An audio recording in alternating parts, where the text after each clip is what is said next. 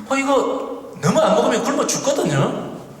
만나가 돼가지고 먹혀서 죽는 거나, 만나 안 먹고 좀 살아보려고 했는데 양식이 없어서 굶어 죽는 거나, 이건 죽는 거는 내 일만입니다. 이거 큰일입니다. 자모신 엄마 입장에서 볼 땐. 그래서 가톨릭 교회가 마련한 게 영 굶어 죽지 않도록 최소한은 먹여야 될 거 아니겠어요? 그래서 생긴 게 사순시기, 대림시기 앞두고 판공승사도 좀 보고, 그죠?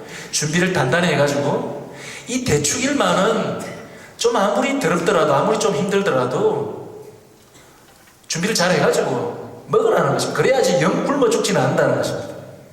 그래서 생긴 것입니다. 우리는 지금 사순시기, 대림시기가 있지만 사순시기, 우리 그 시기에 있다는 것을 우리는 분명히 알아야 됩니다. 이 사항을.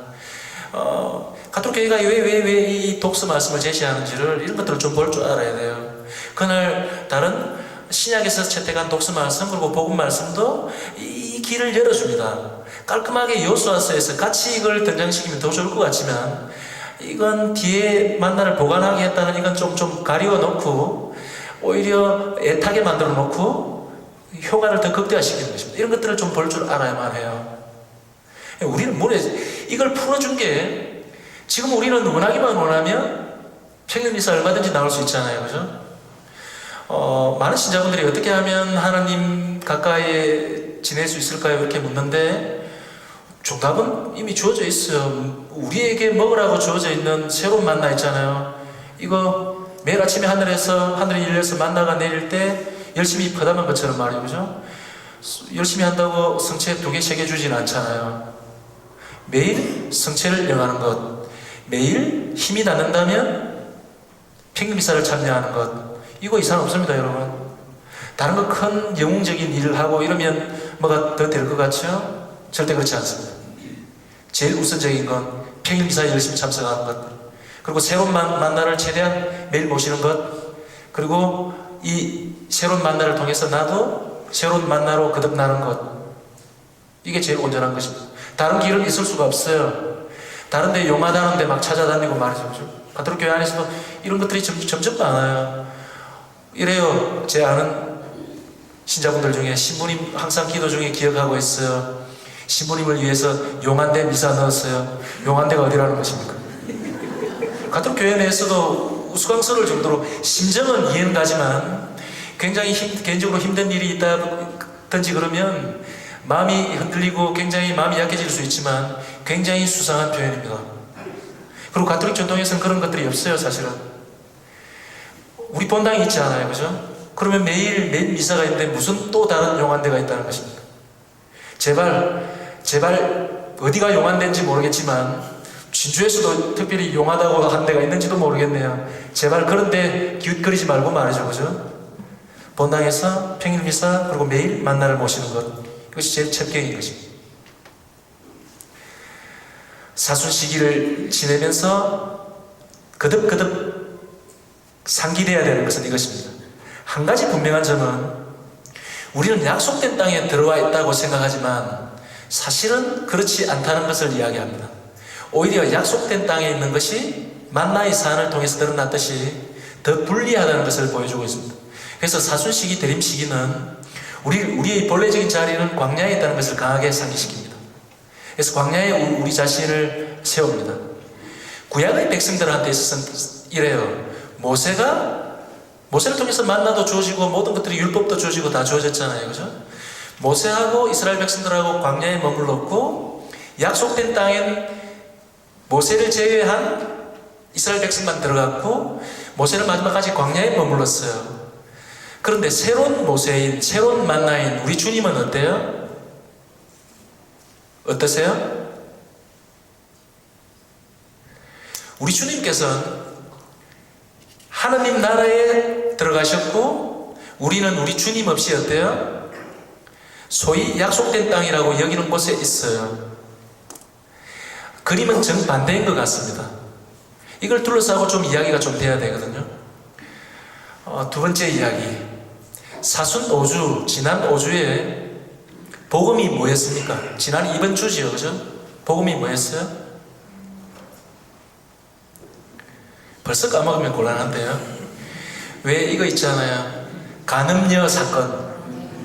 간음녀 하나를 많은 사람들이 데려다 놓고 우리 주님을 시험하기 위해서 율법에는 돌을 던져서 죽이라고 그러는데 어떻게 하면 좋을까요? 딱 이러고 앉아있습니다. 그랬을 때 우리 주님이 어떻게, 아니 먼저 물을게요. 우리 주님이 어떻게 했는 거를 떠나서 이 시점에서 이네들이 있는 곳은 약속된 땅입니까? 광야입니까? 약속된 땅입니다. 그죠? 약속된 땅이라면 우리 생각으로는 하나님과 더 가까움을 누리고 방해받지 않고 하나님으로부터 모든 것을 다 전해받을 수 있고 이래야 되는데 여기서 뭔가 좀 이상해요.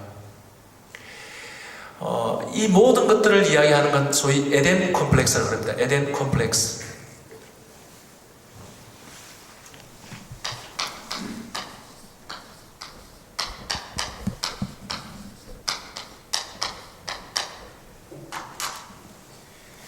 구약 성경은 말이죠, 그죠? 이 에덴 콤플렉스로부터 시작해서 쭉 에덴 콤플렉스와 어떤 일들이 벌어졌는지에 대한 이야기입니다. 좀 어렵지요, 그죠? 에덴은 뭔지 알죠? 에덴 동산이죠? 에덴 동산에 대한 컴플렉스를 지니고 있다는 것입니다. 왜 컴플렉스를 지닐까요? 우리 모두가 있는 곳이 에덴 동산은 아니기 때문입니다. 뭔가 내가 컴플렉스를 가지고 있다는 건 뭐예요? 부럽기는 부러운데 그래야만 하는데 내가 아닌 경우에 컴플렉스가 생기지 않아요, 그죠? 우리는 에덴 동산 밖에 있어요.